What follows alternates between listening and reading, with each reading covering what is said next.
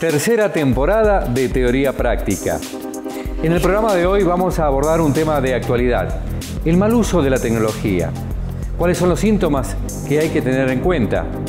¿Cuáles son las señales para advertir que nuestros hijos pueden estar haciendo un mal uso de los dispositivos electrónicos, hasta convertirse en un problema de salud, en una adicción? Veamos algunos indicios que nos dan alguna pista de esta problemática.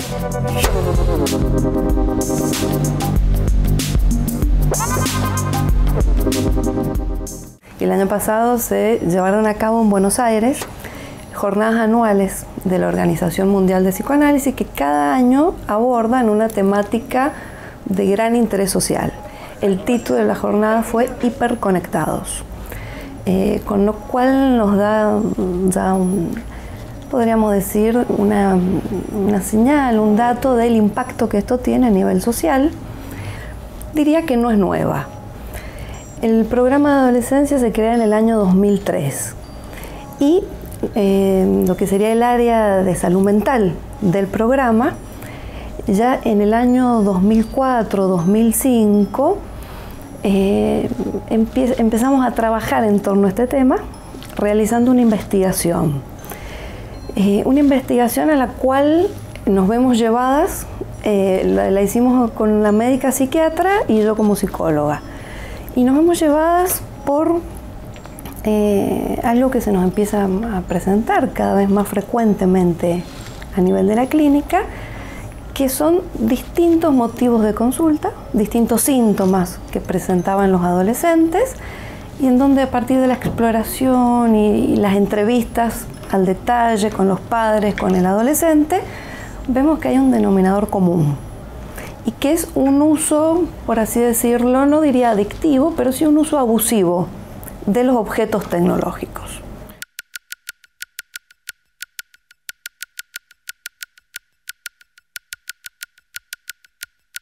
Nosotros lo detectamos a través de la entrevista que tenemos con los adolescentes, donde así como preguntamos diferentes hábitos relacionados con la alimentación, hábitos relacionados con el sueño, también hacemos una pregunta específica que es ¿cuántas horas del día pasás conectado frente a la pantalla?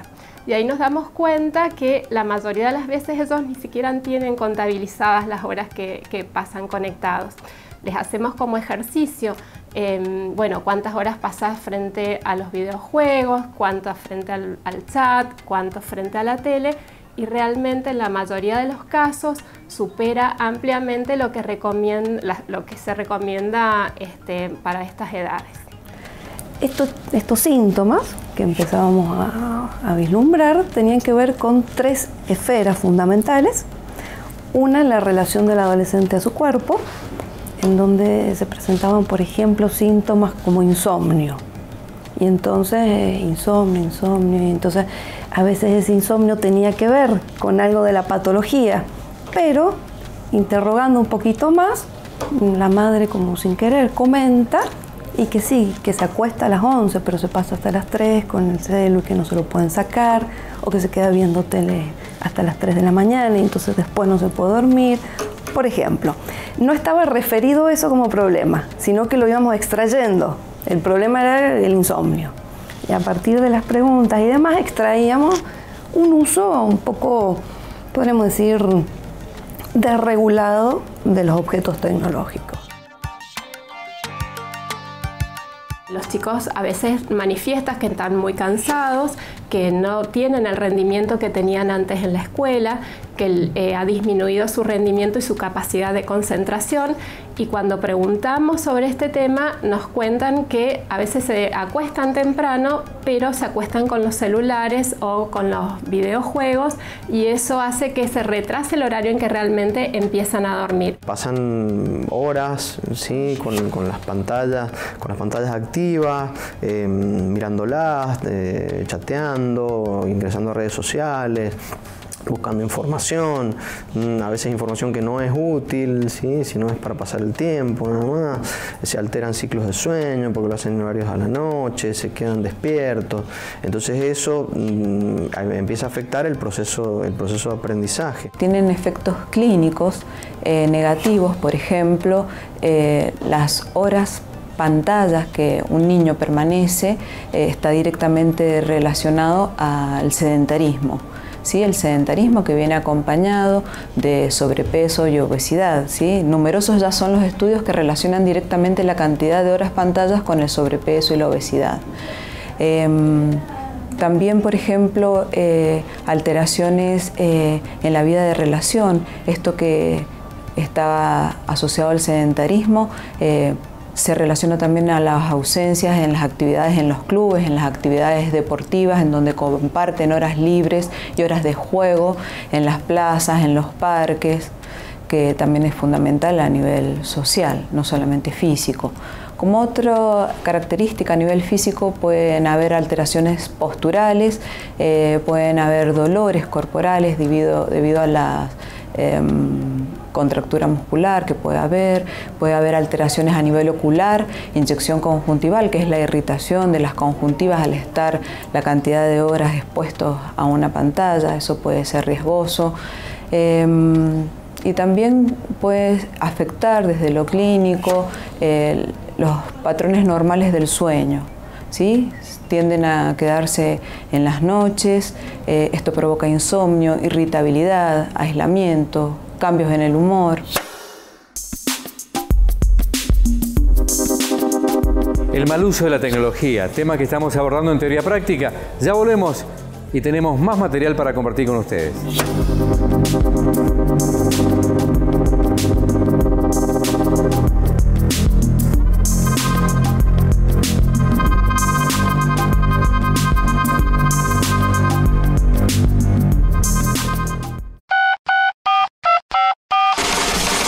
Ahora OSEP posee un único número de emergencias para todos los afiliados de la provincia. Solo Emergencias 0810-999-0042 para afiliados de OSEP. Emergencia OSEP, ¿en qué puedo ayudarlo? Buen día, tengo una emergencia, soy de Guaymallén. Tengo una emergencia, soy de La Paz. Hola, soy de Las Heras. Sí, de Alvear, necesito ayuda. Único número de emergencias OSEP para toda la provincia. 0810-999-0042. 0810-999-0042. Solo Emergencias OSEP.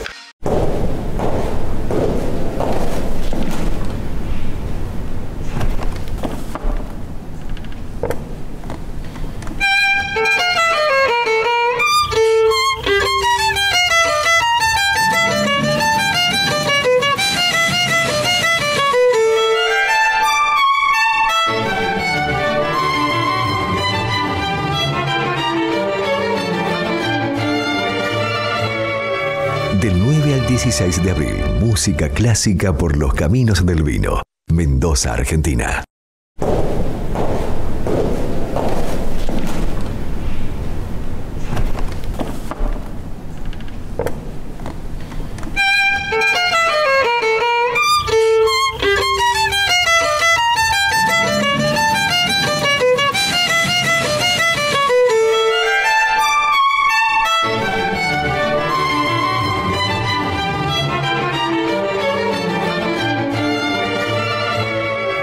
Del 9 al 16 de abril, música clásica por los caminos del vino. Mendoza, Argentina.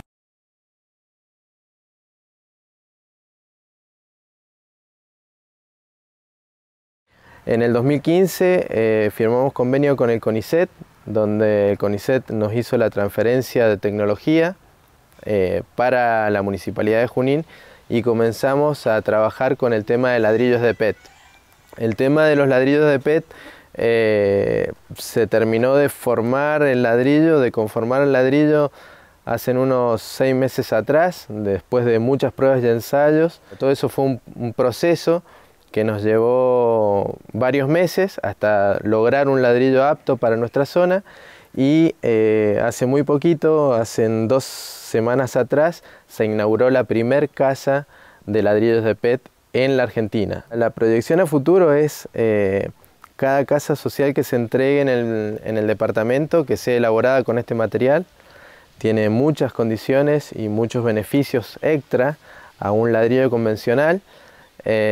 Así que nosotros ya en planta tenemos para hacer 3 casas más con ladrillos de este tipo, y bueno, con la proyección de recolección que cada vez es mucho mayor, nosotros podríamos hacer más de 20 casas anuales de ladrillos de PET.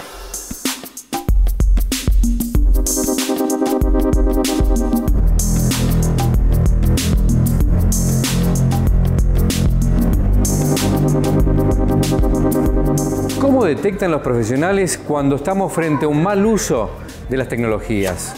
¿Cuáles son los trastornos que hay que tener en cuenta por el abuso de las pantallas y los dispositivos electrónicos por parte de los menores? Veamos de qué se trata.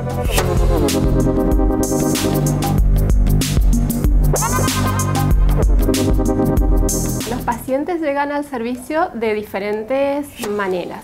En general, esto de estar conectados mucho tiempo a las pantallas no suele ser un problema para los adolescentes ni para los niños tampoco, porque ellos ya nacieron en esta cultura digital. Ellos son nativos digitales, como dicen algunos autores. Ellos se comunican entre ellos, nos comunican a los adultos, estudian, incluso forman parte de su identidad a través de las redes sociales y a través de este tipo de comunicaciones. Entonces, en general, no es un motivo de consulta de ellos, excepto que estén sufriendo algún tipo de acoso o situación que les incomoda a través de las redes sociales. Los padres, aparte de lo que dicen y porque le va mal en la escuela, y aparte se pasa horas con la tablet. O sea que los padres, yo pienso, ya empiezan a ser los primeros detectores de que ahí algo pasa. Y es muy importante trabajar con los padres en esta detección que veíamos. Si ese uso que él hace le genera un problema o le sirve. En general son los padres los que traen esto como motivo de consulta, preocupados porque asocian algunos de los síntomas o cambios en el humor o aislamiento de sus hijos y están preocupados por esto. Entonces muchas veces en la consulta son los papás los que lo traen y consultan. No solo los trastornos de sueño, sino trastornos alimentarios, trastornos de sedentarismo. Por ejemplo, no quiere ir al club, no quiere hacer deporte, no quiere salir, etc. Toda una serie de sintomatología relativa a lo intelectual, que hacía su manifestación como trastorno de aprendizaje.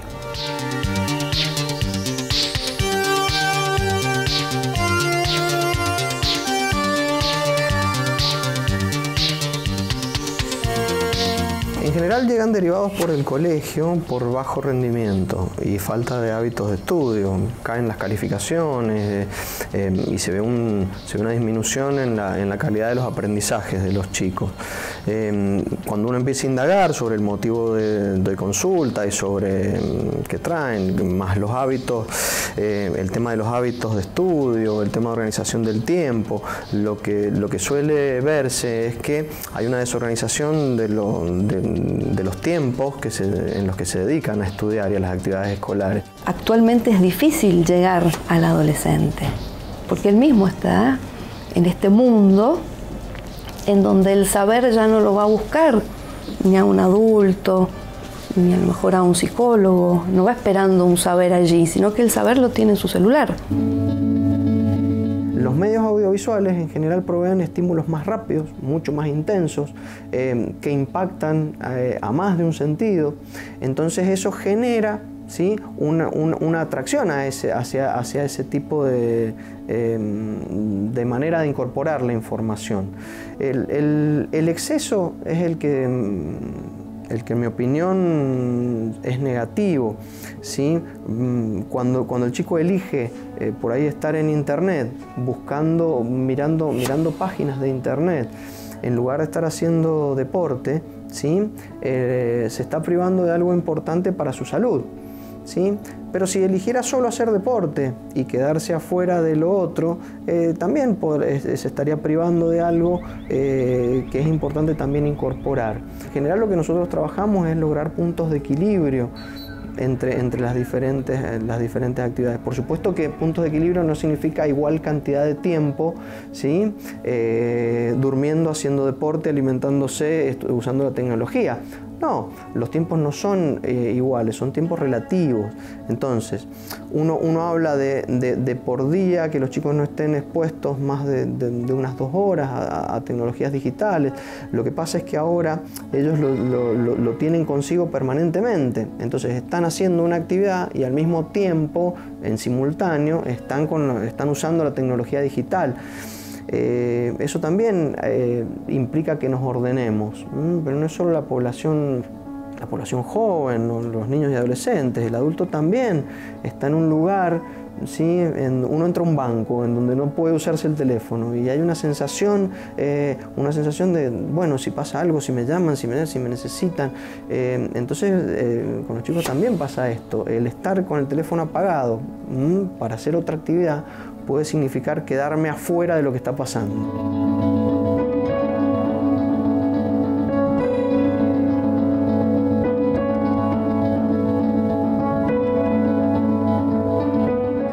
Algunos trastornos clínicos se presentan como nuevas patologías a partir del uso indebido o el abuso de la conectividad.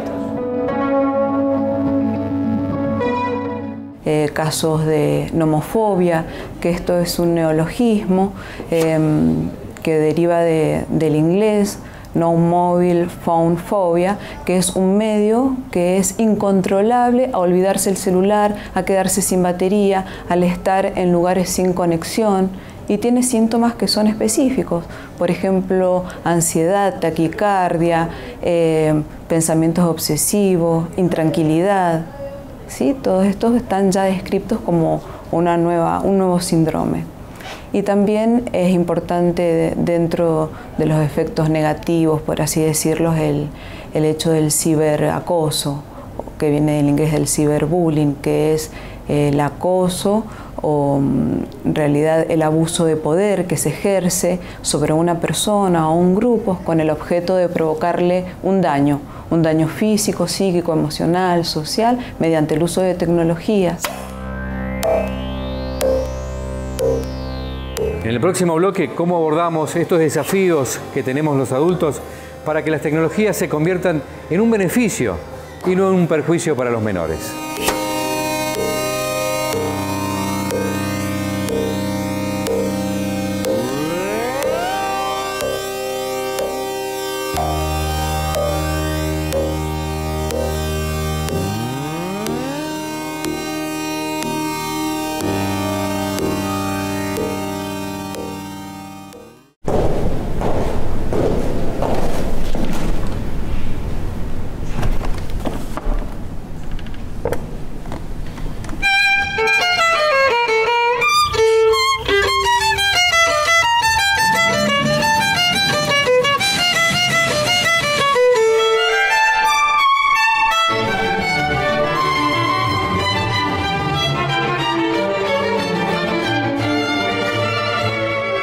Del 9 al 16 de abril, música clásica por los caminos del vino. Mendoza, Argentina.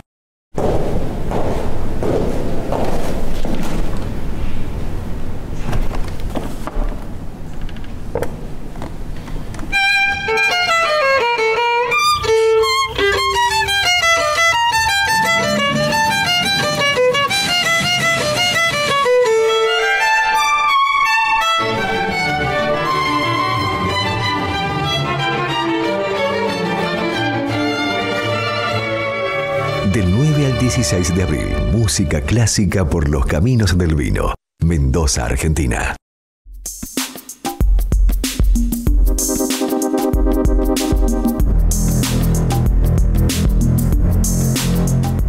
En teoría práctica vamos a ver algunos consejos y algunos datos para tener en cuenta para que este impacto que producen las tecnologías en nuestra vida cotidiana no afecte negativamente el aprendizaje y la salud de nuestros menores si es que no se regula su uso.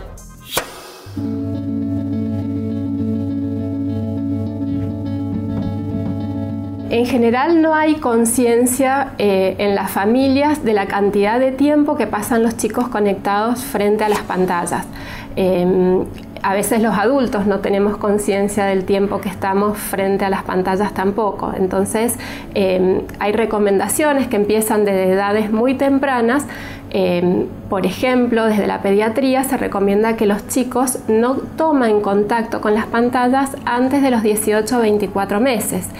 Y que en estos casos sean solamente para ver algún video familiar, nada más, que no sean juegos. Tampoco se recomienda que haya televisores o videojuegos o que los chicos se acuesten con los teléfonos en sus cuartos, porque esto retrasa el sueño normal y altera el ritmo circadiano.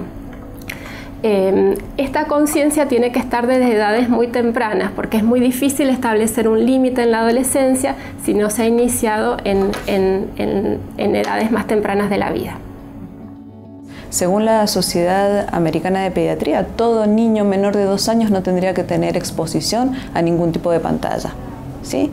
Entonces está en nosotros como adultos responsables, como padres, como docentes, como profesionales de la salud, brindarles alternativas creativas, ¿sí? Estar disponibles para ellos, estar en casa y estar disponibles, estar en el aula y estar disponibles, brindándole herramientas como el arte, como un instrumento musical, témperas, fibras, el juego, el ocio creativo, dejarlos en el patio con cosas muy simples, con un carrito, con madera, para que ellos utilicen como herramientas.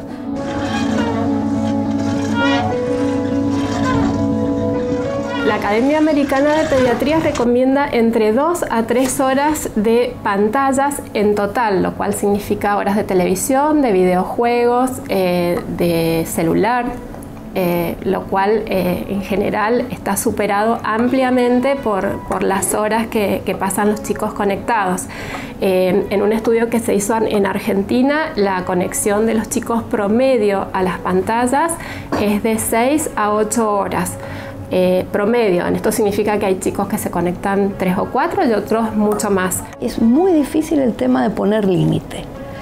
Y algunos padres tienen una actitud como esta que les decía de nosotros como profesionales, de ir alojando eso y darle un uso de manera tal que uno está al tanto de qué circula por ahí y los chicos cuentan y pueden a lo mejor como papás acompañar en el uso de eso. En menores de 8 años, el uso del dispositivo más frecuente son las tablets. Y las tablets tendrían que estar gestionadas, su uso y su contenido, por los padres. Como dice el profesor Tomás, los padres tendríamos que ser los entrenadores y los chicos son los jugadores. Es como que ellos los usan, pero nosotros, nuestro rol como adultos responsables es fundamental. Si bien nosotros somos en muchos casos inmigrantes tecnológicos o analfabetos tecnológicos y los chicos son nativos tecnológicos, nuestro rol es fundamental. Entonces brindar a los chicos menores de 8 años información adecuada en las tablets que ellos puedan manejar, porque tampoco tienen conciencia del riesgo que implica el uso de tecnologías. Y hasta los 13 años, como papás, tenemos que saber sus contraseñas, sus amigos, cómo se relacionan. Entonces esto de hablar, qué hiciste hoy en internet, qué fotos subiste, perderle un poco el miedo y entablar más el diálogo y el contacto emocional con nuestros hijos y con los adolescentes y los niños en particular o en general.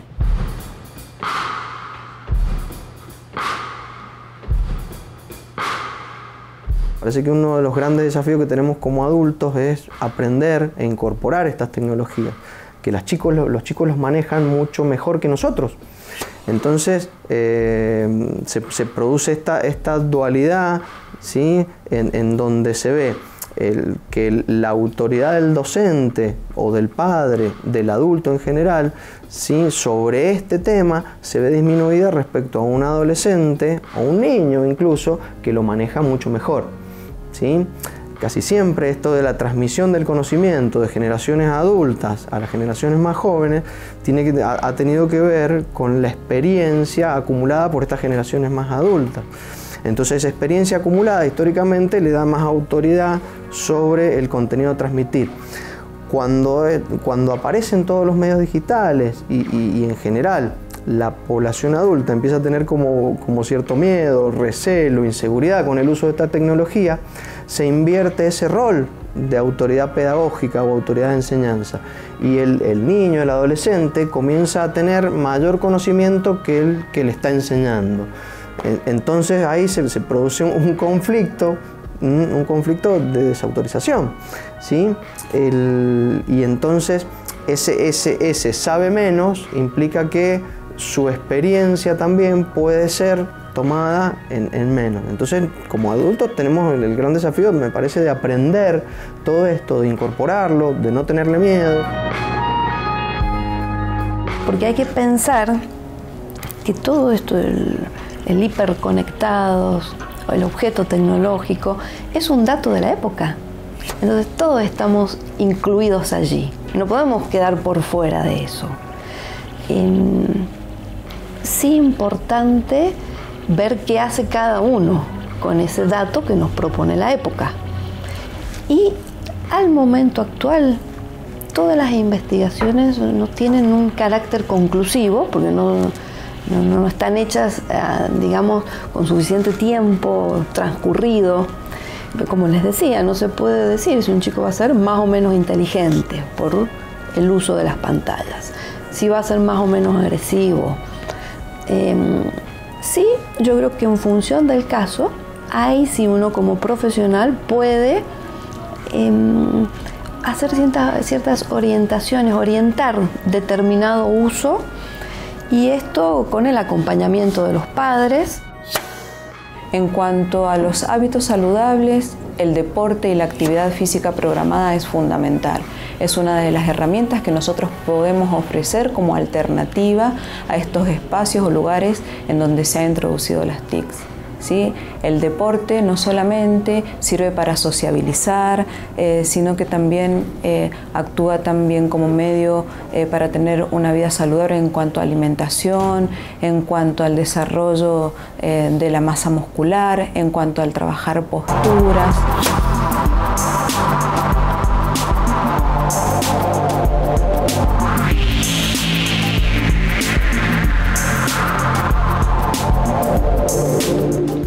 Hoy abordamos el tema de la adicción a las tecnologías en teoría práctica. Claro que el uso o mal uso de las tecnologías de la información pueden ser beneficiosos o absolutamente perjudiciales tanto para los jóvenes como para los adultos. Nos vemos en el próximo programa de Teoría Práctica. Los esperamos.